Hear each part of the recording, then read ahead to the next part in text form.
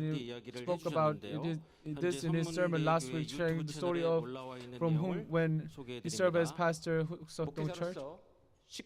As a pastor, I believe that explaining this matter to our members is part of my responsibility. Explanation must be based on facts. Some people are saying, since as many as 120,000 people joined the political party, this must have been done under the direction of True Mother, otherwise how could it happen? But that is, people are saying it like that, but that's not true. We must be very clear about this. It is not true. Perhaps it could be claimed as an assertion, but I might say clearly today, during the entire period, I was not serving as some university church pastor. During that period, I was pastoring at Hukseokdong Church. And among all the members of that church, was there even a single person who became a People Power Party member during that time? Did I ever tell anyone to join? I state here clearly and firmly, there was none. The claim that across the entire church organization, every congregation was mobilized to bring in 120,000 People Power Party members is not true. Even as True Mother was being questioned by the special prosecutor's team, and even as she stood before the court, we witnessed her boldly and unwaveringly proclaim only heaven's will until the very end. Though this, we were once again made to realize deeply that true parents have lived solely for the dream of heavenly parent, for this nation, for this people, and for all humankind. They have lived to educate and set upright the political leaders of this world, who are walking without knowing the will of Heavenly Parent, and very well that this is the mission and happiness of all humanity. When we see True Mother now being investigated by the special prosecutor, what do you see? She is mother of peace and unification, but not the mother of politics. At a time when she could be spending every moment defending herself, she said, I did not instruct this. I do not know about that. I'm not guilty. At a time when that alone would not be enough, True Mother, even before the prosecutors and in the courtroom itself, is proclaiming heaven's providence. She is not only the one who told us to proclaim, but the one who herself has continually proclaimed, transcending time and space. She is still proclaiming even now. All the more in times like this, I believe that not shrinking back, but rather continue our work and living even more diligently will be of great help to True Mother.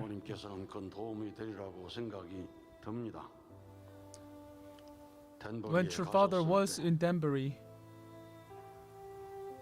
True Mother began offering spiritual devotion at the Holy Ground starting from July 21st, 1984.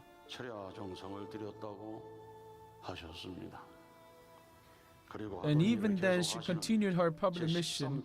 She held 13th International Conference on the Unity of the Science, First World College Assembly for the CARP, and 7th World Media Conference. And she founded Sailor Travel Agency, sent letters from prison to 300,000 American ministers, and held 2nd World Professors Conference for Peace in Geneva, Switzerland, where she proclaimed the end of communism. During that period, Christian leaders and Christian universities also recognized True Parents' achievements, bestowing honorary degrees upon them. She received honorary doctorate of law from Catholic University, and she received it at the United Nations headquarters. She was also awarded an honorary doctorate in theology from Shaw Theology Seminary, an honorary doctorate in theology from American Bible Theological Seminary, and an honorary doctorate of law from Bernardine University in the United States. After 13 months of imprisonment, he was released, achieving remarkable victory. Therefore, I believe that especially in times like this, we must continue our work with even greater strength. We must not let go of what we have been doing, but rather work harder than ever to bring glory to true parents.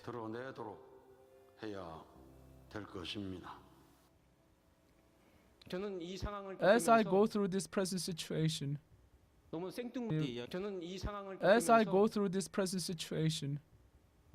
something rather unexpected came to mind. An experience I had when I was 8 years old. When our family moved from Cheonju to Icheon, Gyeonggi Province, I was in the first grade of elementary school. Just before we moved, the lady from the neighborhood grocery store suddenly burst into our house. "Why haven't you paid your tab?" she shouted. It turned out that my younger brother, who was 2 years younger than me, had bought things on credit, and if we converted to today's money, it would amount to hundreds of thousands of won. We had told the store owner, my mother said to put it on credit. Of course, the lady believed him and wrote it in her ledger. Those debts piled up, and when she heard that our family was about to move away without paying, she became angry and stormed into our home. She could have severely scolded my little brother, but instead she said, "He's only 6 years old. How hungry must that child have been to do such thing?" And she let it go. That experience, though it may sound trivial or even absurd, has come vividly to my mind as I look at our current situation. How are our members living right now? We are angry, discouraged, and despairing. After some time passes, we begin to lament again. We start to judge someone. Even while working at our jobs or carrying out our daily tasks, when the day rushes by and we catch our breath, we find ourselves returning to the same emotional state again. That, I believe, is the reality of many of our members' lives right now. Our members are not angry because Unification Church or Family Federation has been made the subject of sensational headline in the media, nor because we have been mercilessly attacked, nor because the Family Federation still remains a small minority, nor because we are hungry or poor. We know that is not the reason. We have always lived like this. Our Family Federation, our Unification Church, and our true parents have always walked this way. That is not the reason our members are angry. That is not why they feel such indignation. There is only one reason. After Cheononggo Cheonil Center entrance ceremony, Heaven's providence should have moved forward, but instead, it seems as though Heaven's providence is retreating. That is what fills our members with righteous anger. But the one who is suffering the most right now is none other than our true mother. The one who has greatest right to be angry, the one who could judge, are the inheritors of Heaven's love and blessing, the two beings right beside true parents. And yet, what are they saying to us now? They're saying, forgive, love, and become one. That is the message being spoken to us. And True Mother is also speaking to us now. Say, don't worry, heaven is with me. Even here in the Seoul Detention Center, Heaven's providence continues. And she said, for the members must not be shaken by the present situation. Each one of you must be faithful to the mission given to you. This is the message that True Mother is giving us right now. And yet for us, it is so difficult to follow that message. It is difficult for our members. It is difficult for me as well.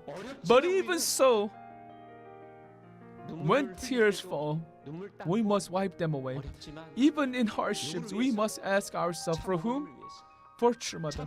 For True Mother's words, for the fulfillment of that mission. We must think about how can we raise up our second and third generation children better. How can we welcome them with greater warmth? How can we become a community that greets each other with joy and embrace them fully? When we leave this place, we must become members of Sunmun University Church who, even more than before, say to our brothers and sisters, "Oh, how have you been? Let us overcome this together." We must grasp each other's hands more tightly, encourage each other more strongly, and move forward with renewed strength.